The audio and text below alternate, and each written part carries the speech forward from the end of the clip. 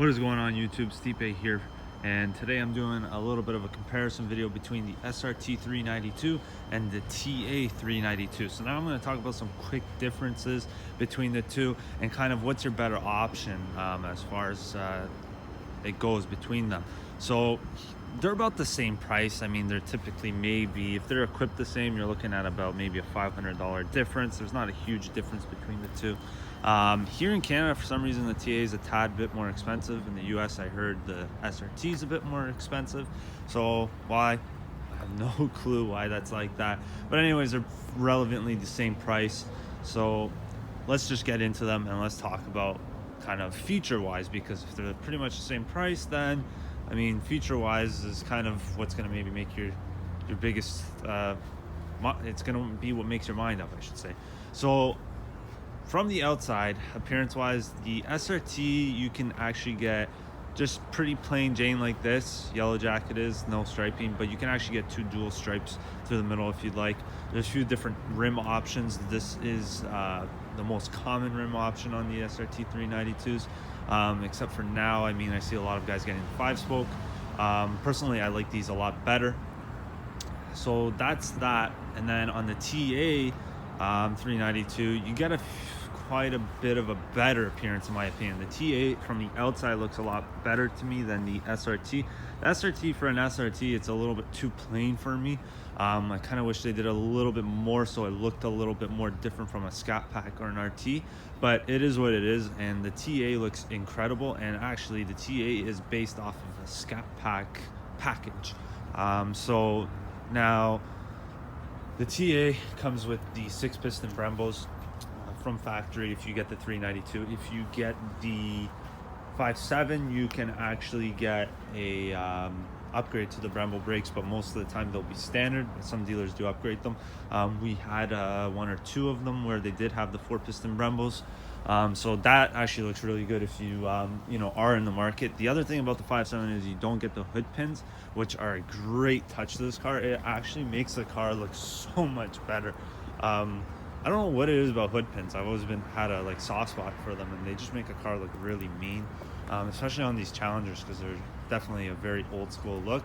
The vinyl package is absolutely beautiful. It totally replicates what it looked like in 1970, and I love that because the TA back in 1970 was a great package. It was a big deal when it came out. It was a good bang for your buck kind of thing if you wanted a good performance all around TA with a 346 pack. So now on the back here, it actually says Challenger TA. It's vinyled on, which that I'm not a fan of. I do like how they actually badged it on this side instead of vinyling it on. It's kind of cheap, just vinyling it on. I mean, they have a Challenger badge that they already put on the front, and I mean, I'm sure they could just make a TA badge to go right next to it. So I don't know why they kind of did that. I'm not a huge fan of that. The spoilers are the same, except for the fact that this one is always black. This one is always color matching. The Scat Packs are always black for some reason. The spoiler. Tire wise, you can option the exact same tires. So there's the 3-season P0 tires, and then there's the summer ones. So this one here has the summer tires, and the TA here has the all-season or 3-season one, I should say.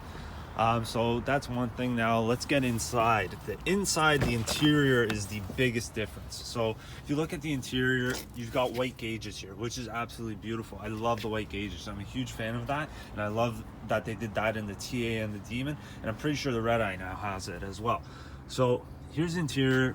You can get the same suede seats in the SRT. The only thing about the TA is you cannot get leather, which is unfortunate, but you can get a stick or an auto. This one's an auto, but in both of them you can get stick or auto. Personally, I mean, I go between the two. I mean, between stick and auto when you're looking at a Challenger. Obviously the Charger you cannot get in stick. It's unfortunate, but yes, you cannot. This one comes with the Harman Kardon system, which you can option in both as well. Now, what do you miss out with the TA? So what you kind of miss out on as far as interior goes and everything with the TA is the steering wheel. As you can see, there was a Dodge steering wheel. It's the Scat Pack steering wheel. I'm going to show you now in the yellow jacket here in the SRT, it's an SRT steering wheel, which is a lot nicer. It's a lot more thick. It feels nicer. Biggest thing you miss out on between these two. They're very, very similar cars. Motor's the same. You can option the trannies the same. Braking system's the same. Everything's the same except for you miss out on these two things. SRT pages. So SRT pages is the biggest thing that you miss out on, and I'll tell you why. You miss out on track mode. That's one thing. And you miss out on, and what that does is you are missing out on having your baffles completely open, which is great. It sounds really good. It makes a big difference. If you have an auto, actually, there's three things. If you have an auto, you're missing out huge because it shifts so much harder when you have track mode. Now, there is this thing called a taser. You can buy it, you can download it, SRT pages into one of these, and it's great, but you still don't get adaptive suspension that you do in the SRT, because it's just not equipped with this, but you still do get everything else. And there was one more thing I missed on in the SRT pages. I can't remember now. The SRT pages has something else too. The steering from sport to track, I don't notice a huge difference. Some people say they do. I really don't notice a huge difference from the steering. But there's another thing though.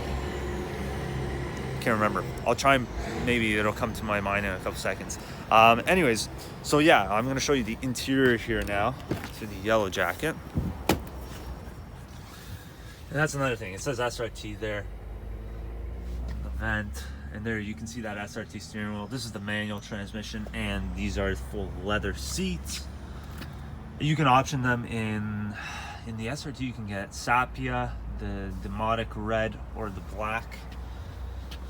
And this one doesn't have a sunroof. The TA does. Just gonna close that.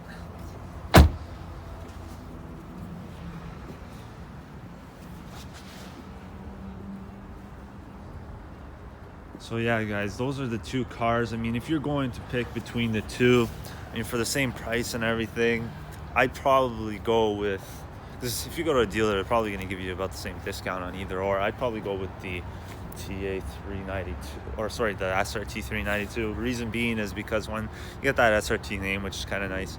Another thing too about the SRT is that what do you call it? The SRT pages is huge.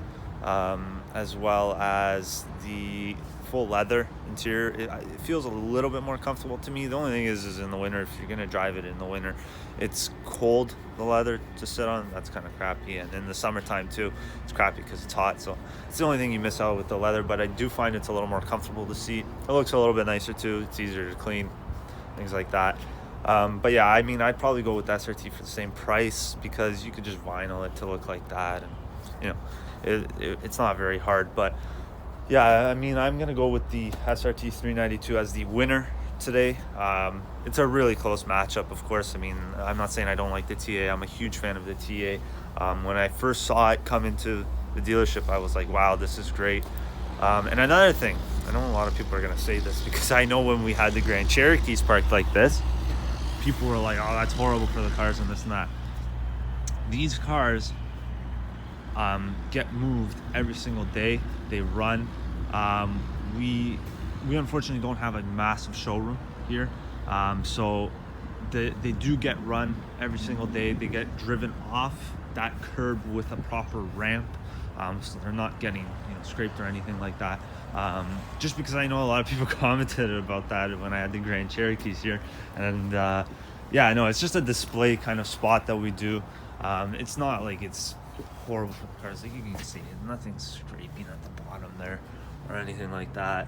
But yeah, I mean, there's always someone who's gonna say something. So anyways, guys, if you like this video, if you have any questions about these two cars, if I missed out on anything, I probably missed out on a few things. I always do. Between the two cars, please comment down below. Make sure to like and subscribe to the channel, and I'll be back with more videos. Thanks.